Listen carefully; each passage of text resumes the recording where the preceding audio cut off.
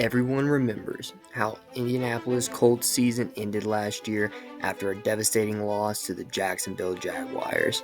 Now, after adding two big free agent defensive players in Stephone Gilmore and Yannick Ngakoue, let's see if they will be able to add to that already stacked defense. Now, after the breakout season of MVP caliber player Jonathan Taylor, can he solidify himself as the number one running back in the NFL? Hey, what's up, everybody? I am here checking out the brand new 22-23 Indianapolis Colts team.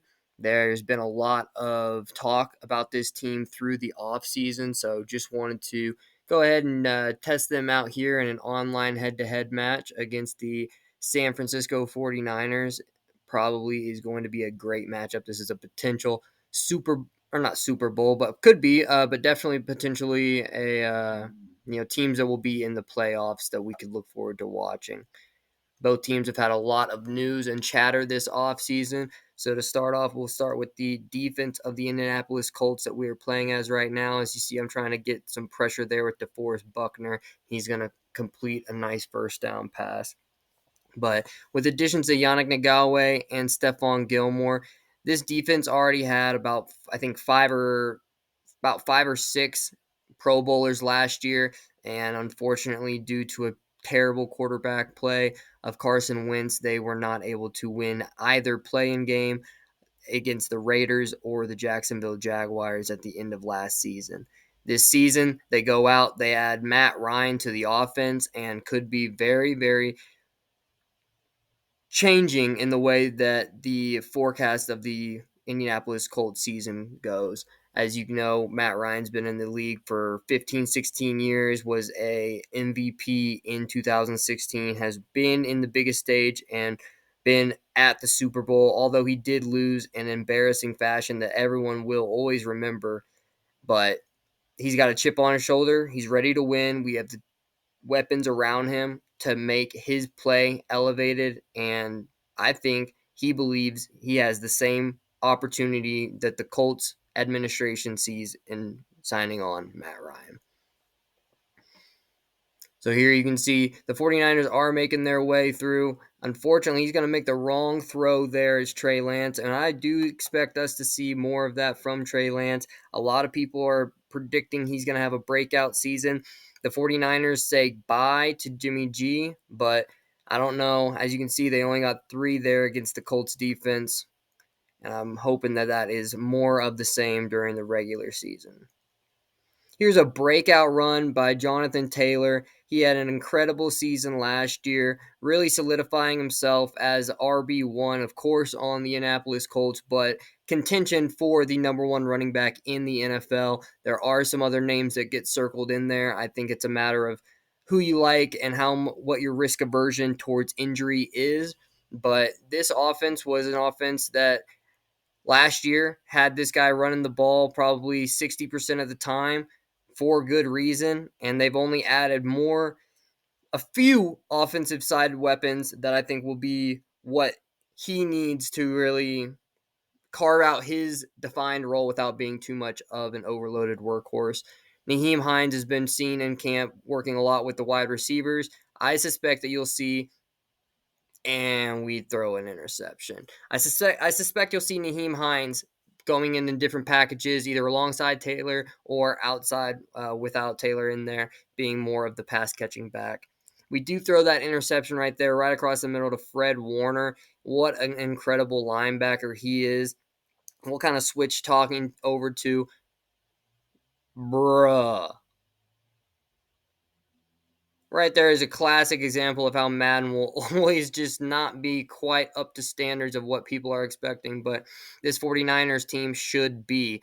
Last year, they go pretty far in making it, I believe, to the NFC conference game. They end up losing to the Rams on really, I think, like 1 or 2 plays that could have had them going in the other direction. Why they decide Jimmy G is not the answer after a season like that?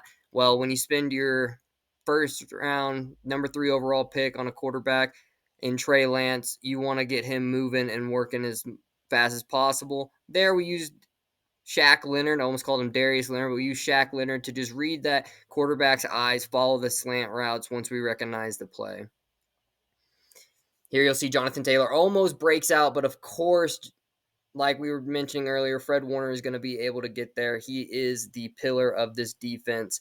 But the offense of the 49ers should be electrifying yet again. Trey Lance has shown that in camp, Brandon Ayuk has been a favorite target, and we all know what Deebo Samuel is capable after last year. We go ahead and get a nice touchdown there from Paris Campbell. Paris Campbell is looking like he will be the wide receiver 3 in that Colts offense behind Michael Pittman Jr. and rookie wide receiver Alec Pierce out of the University of Cincinnati. Alec Pierce has been shown as a big body wide receiver, very physical, and able to get separation, which new wide receivers coach, former Indianapolis Colts Reggie Wayne, has been very, very big on through this training camp and his first year here on the coaching staff of the Indianapolis Colts. We're going to actually pick that off through Deebo Samuel's hands, which is a little bit embarrassing for Deebo Samuel. A lot of people were saying Stephone Gilmore is a little bit washed. He moves from New England after they wouldn't pay him, plays the remainder of the season in Carolina. Carolina doesn't want him back after they release him as a free agent.